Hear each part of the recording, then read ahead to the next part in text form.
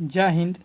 स्वागत करता हूं आप सबको अपने प्यारे से प्लेटफॉर्म कृष्णा स्टडी क्लास में। आज की इस वीडियो में जानेंगे हिंदी व्याकरण के चैप्टर फर्स्ट में लिपि और भाषा के बारे में। उससे पहले पहली बार तो वीडियो को लाइक कर लीजिएगा और चैनल को सब्सक्राइब कर लीजिएगा ताकि इसी तरह का वीडियो आप सबको समय समय पर मिलता रहे। तो आज का फर्स्ट टॉपिक है भाषा। चलिए यहाँ से भाषा शुरू करते हैं। भाषा से शुरू करते हैं। जैसे कि भाषा की परिभाषा क्या होता है, चलिए लिखते हैं। भाषा वह साधन है जिसके द्वारा मनुष्य अपने भावों या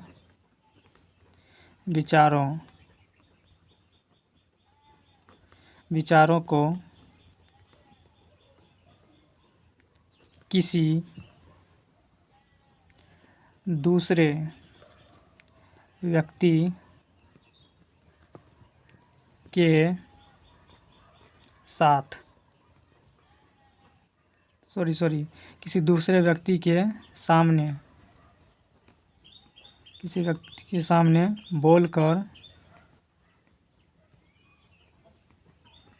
बोलकर सुनकर लिखकर एवं पढ़कर प्रकट करता हो उसे भाषा कहते हैं। तो आप सबको भाषा का परिभाषा याद हो गया होगा। उसके बाद आता है, आप सबसे पूछेगा भाषा की उत्पत्ति कहाँ से हुआ है। चलिए वो भी बताते हैं। भाषा की उत्पत्ति देखिए, भाषा शब्द की उत्पत्ति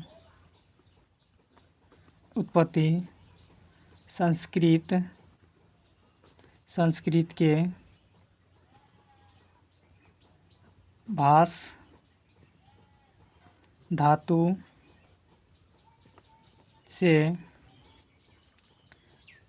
हुआ है, जिसका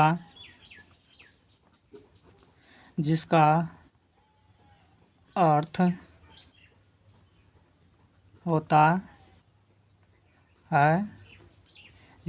है बोलना।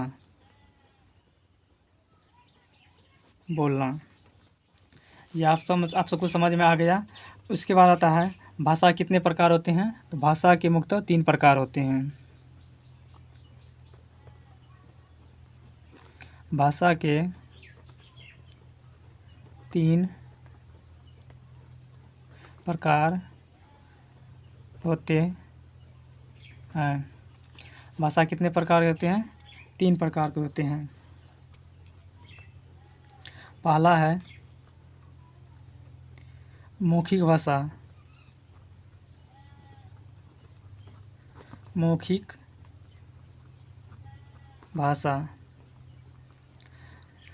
भाषा किसे कहते हैं?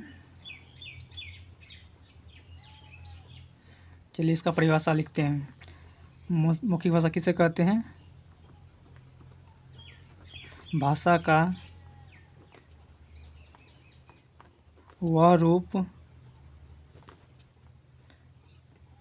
जिसमें कोई व्यक्ति अपने विचारों को बोलकर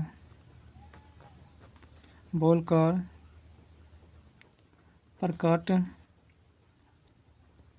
करता हो उसे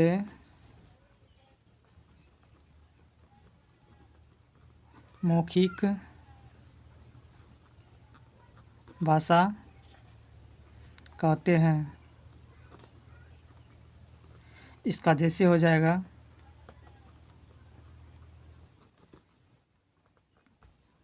जैसे फ़ोन पर बात करना,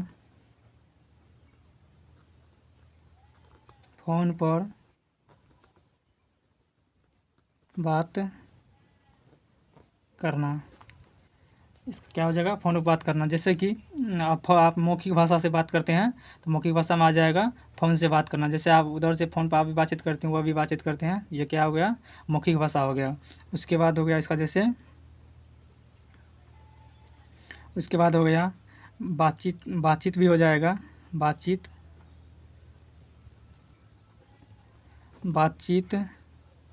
टेलीफोन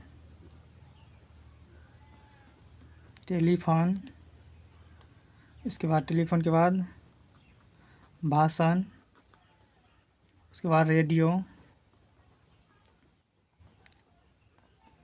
रेडियो आदि। इतना चीज़ हो जाएगा। उसके बाद आता है सेकेंड नंबर पे आता है लिखित भाषा।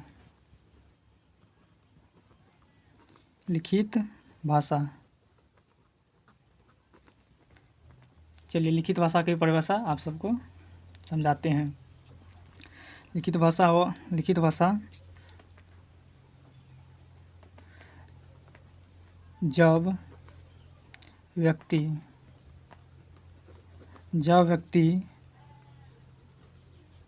अपने विचारों को लिख कर प्रकट करता है तो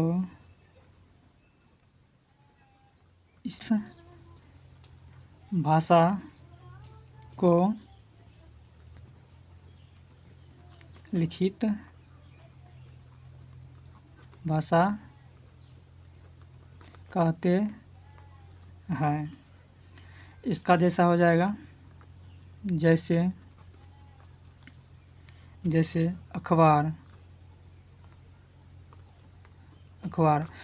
को देखा होगा, जैसे कि अखबार छप कर आता है और आदमी इसको पढ़ता है। अखबार हो गया अखबार पढ़ना, पत्र लिखना। आजकल देखा होगा कॉलेज और स्कूल में छुट्टी लेने के लिए पत्र लिखना पड़ता है सर को, तो आप सब लिखते हैं, वो सर क्या करते हैं, पढ़ते हैं। तो पत्र लिखना हो जाएगा। उसके बाद कहानी हो जाएगा।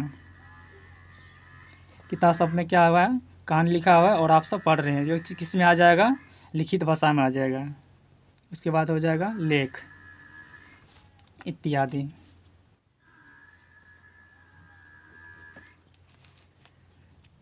उसके बाद थर्ड नंबर पे आते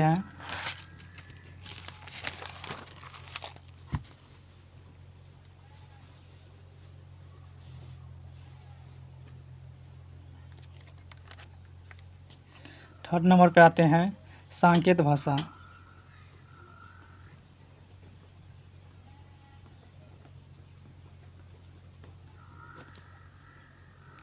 सांकेतिक भाषा कहता है, सांकेतिक भाषा। इसका परिभाषा क्या हो जाएगा, चलिए लिखते हैं। भाषा का एक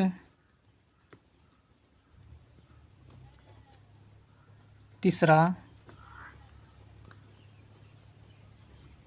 तीसरा रूप भी होता है जिसे हम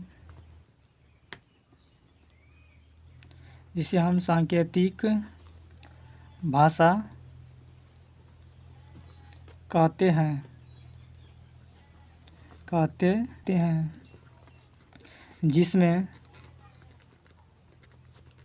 जिसमें हम अपने विचारों को दूसरे व्यक्ति के सामने संकेत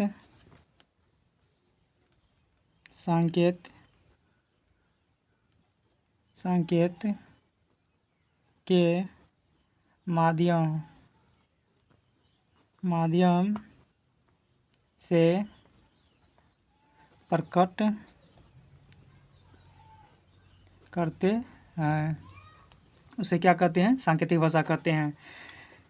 इसका जैसे हो जाएगा इसका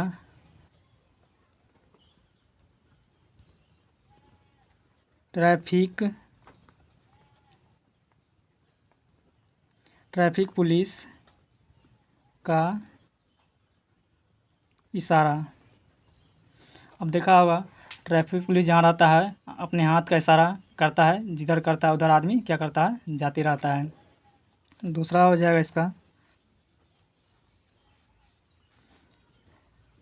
लाल बत्ती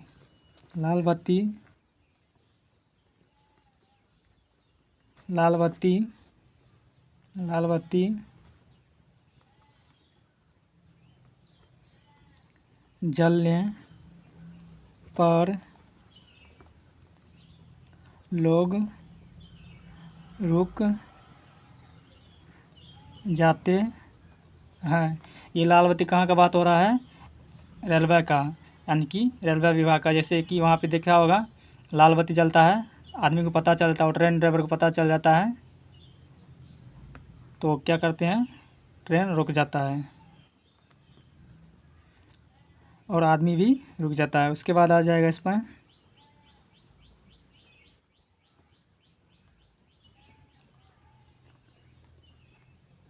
मुंह पर उंगली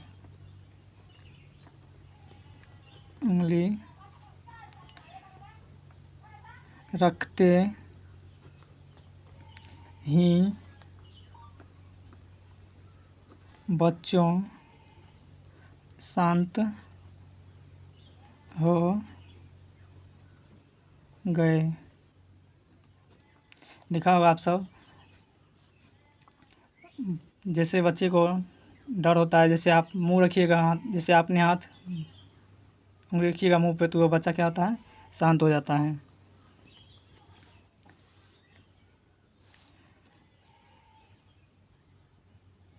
उसके बाद आता है एक क्वेश्चन आप सबसे पूछा जाएगा। भारतीय संविधान में एक और क्वेश्चन है, भारत संविधान में केवल 22 भाषा को मान्यता दिया गया है, वह कौन कौन सी भाषा है? चलिए लिखते हैं, पहले क्वेश्चन लिखते हैं। भारतीय संविधान में केवल 22 भाषाओं को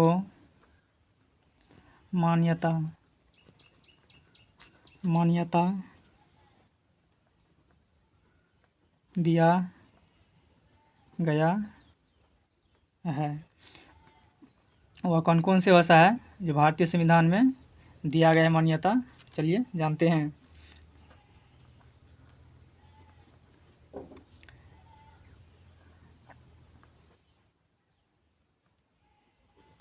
असमिया हो गया, कन्नड़ हो गया, तीसरा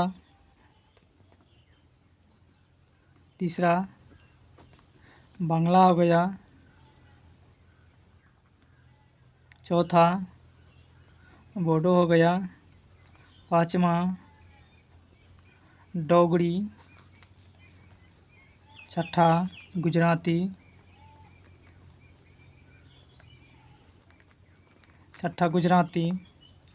उसके बाद हिंदी, कश्मीरी,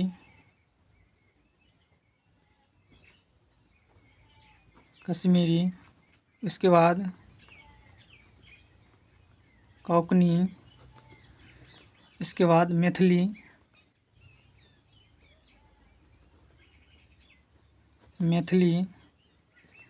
इसके बाद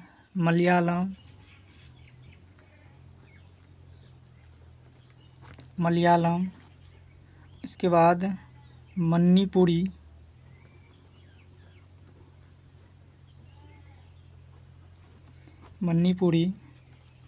इसके बाद मराठी, इसके बाद नेपाली, इसके बाद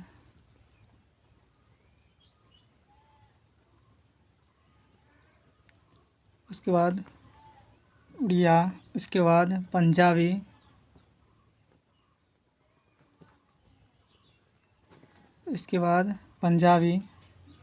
इसके बाद संस्कृत, इसके बाद संथाली, इसके बाद सिंधी, इसके बाद तमिल, इसके बाद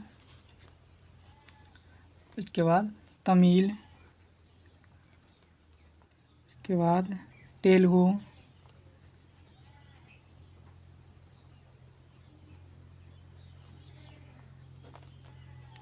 इसके बाद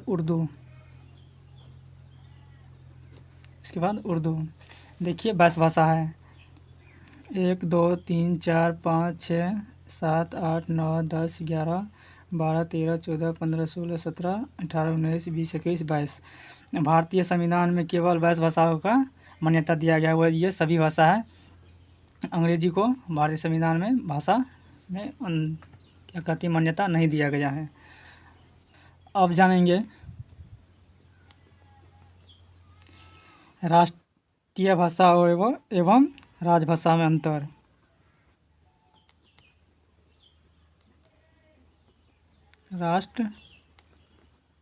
राष्ट्रभाषा एवं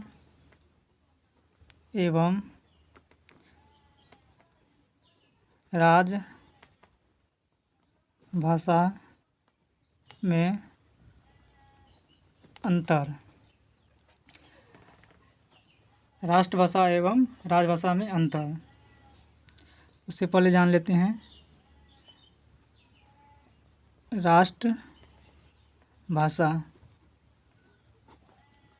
राष्ट्रभाषा का मतलब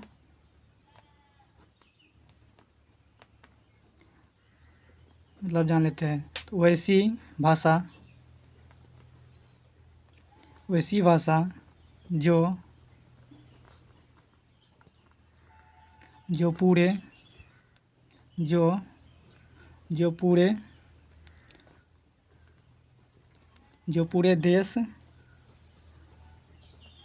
देश में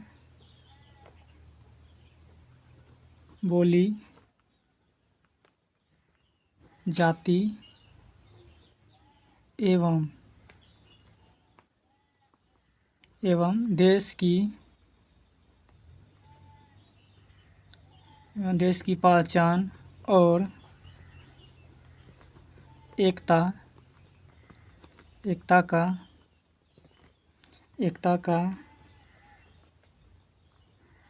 प्रतीक हो, उसे क्या कहते हैं?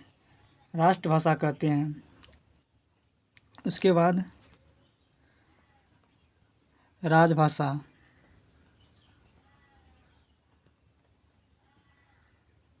इसके बाद क्या आता है? राजभाषा। राजभाषा क्या होते हैं? राजभाषा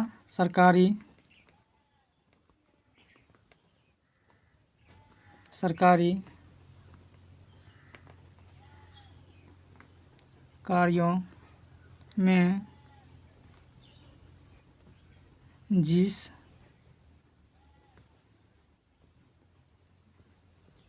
भाषा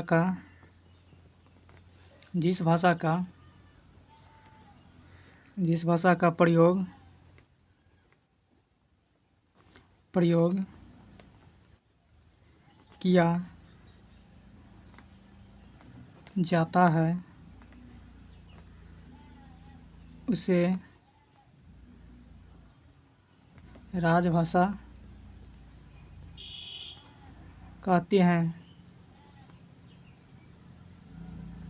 इसे क्या कहते हैं? राजभाषा कहते हैं। नोट में है हिंदी हमारी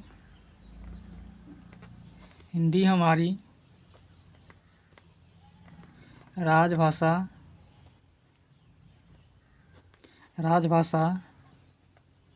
है,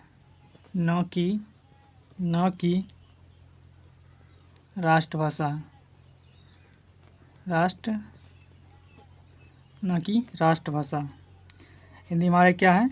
राजभाषा है, लेकिन राष्ट्रभाषा नहीं है। अब जानेंगे मातृभाषा क्या होता है।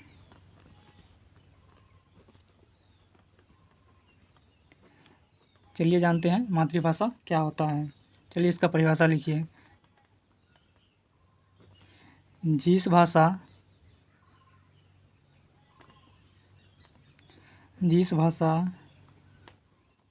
को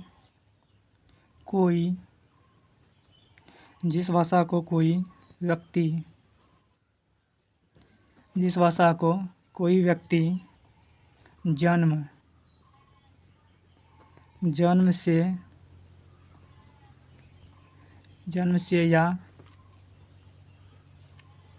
से या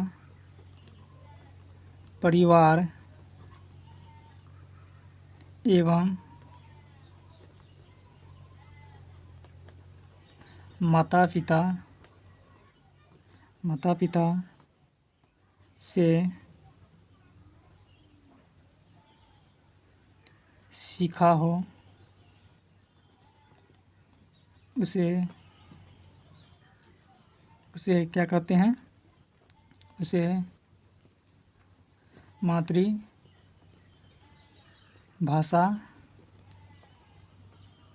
कहते हैं। उसे क्या कहते हैं? मातृभाषा कहते हैं। जैसे भोजपुरी,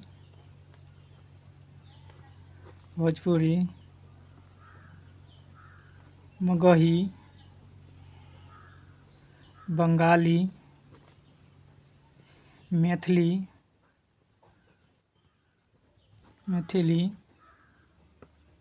इत्यादि। चलिए यहाँ से भाषा खत्म हो गया। आप चलेंगे लिपि पे हैं। अब क्या होगा? लिपि किसे कहते हैं?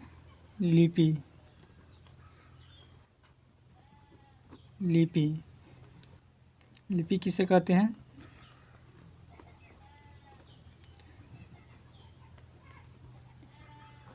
जिस माध्यम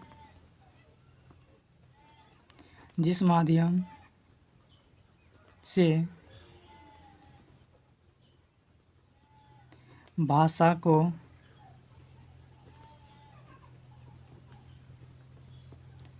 लिखा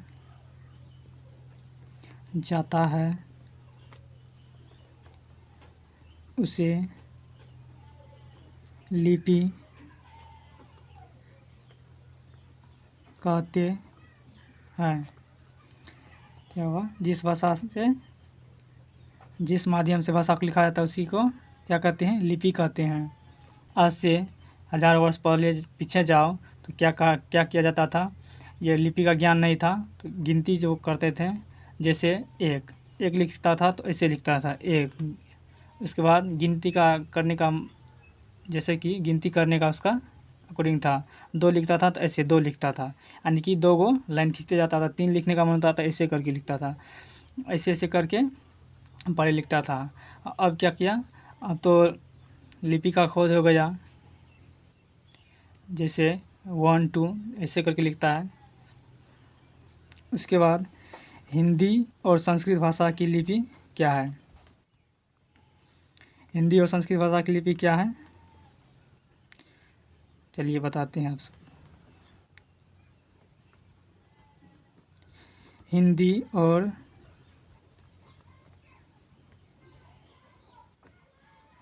संस्कृत भाषा की लिपि हिंदी और संस्कृत भाषा की लिपि क्या है, ये दोनों का हिंदी और संस्कृत भाषा की लिपि क्या है, देवनागरी है, देवनागरी। एग्जाम पूछा जाता है हिंदी और संस्कृत भाषा की लिपि क्या है, तो देवनागरी होगा। उसके बाद आ जाता है अंग्रेजी भाषा। अंग्रेजी भाषा की लिपि, अंग्रेजी भाषा की लिपि क्या है, अंग्रेजी भाषा किस में आ जाता है, तो रोमन में आ जाता है, रोमन भाषा में आ जाता है। उसके बाद पंजाबी, पंजाबी भाषा की लिपि, इसका लिपि क्या जाता है, पंजाबी भाषा की लिपि क्या होता है, तो गुरुमुखी होता है, गुरुमुखी होता है। उसके बाद उर्दू भाषा, उर्दू भाषा की लिपि क्या होता है, उर्दू भाषा की लिपि होता है फारसी, फारसी। इतना तक आप सबको समझ में आ गया होगा। अब चलते हैं लिपि को लिखने के लिए।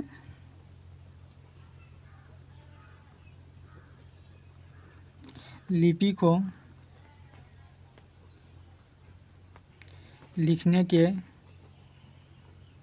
लिए, लिपि को लिखने के लिए क्या किया गया, आप सबको पता होगा, नहीं पता होगा हम बता रहे हैं आप सबको। लिपि को लिखने के लिए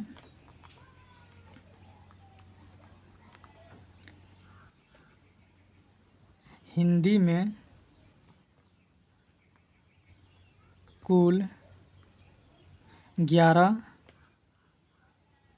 स्वर एवं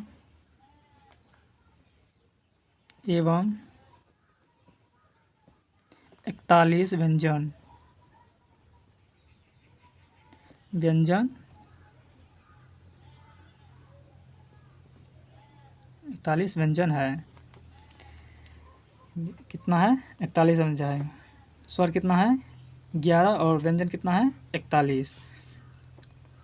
ये सभी को मिला करके, यानी कि ये सभी को, व्यंजन और स्वर दोनों को मिला कर क्या किया जाता है, अब लिखा जाता है, यानी कि लिपि को लिखा जाता है। स्वर कितना होता है, स्वर आ जाता है, ये सब आ जाता है, ओ आ हर्षई दुर्गई हर्षऊ दुर्गऊ री ए री ए री ए ऐ औ औ। ये क्या आ जाता है सभी, ये सब क्या है, यहाँ से यहाँ तक देखिएगा क्या है, स्वर है, ये सभी क्या है, स्वर है, स्वर वर्ण है। ये क्या है, 11 स्वर वर्ण है। इससे आगे चैप्टर होगा स्वर वर्ण।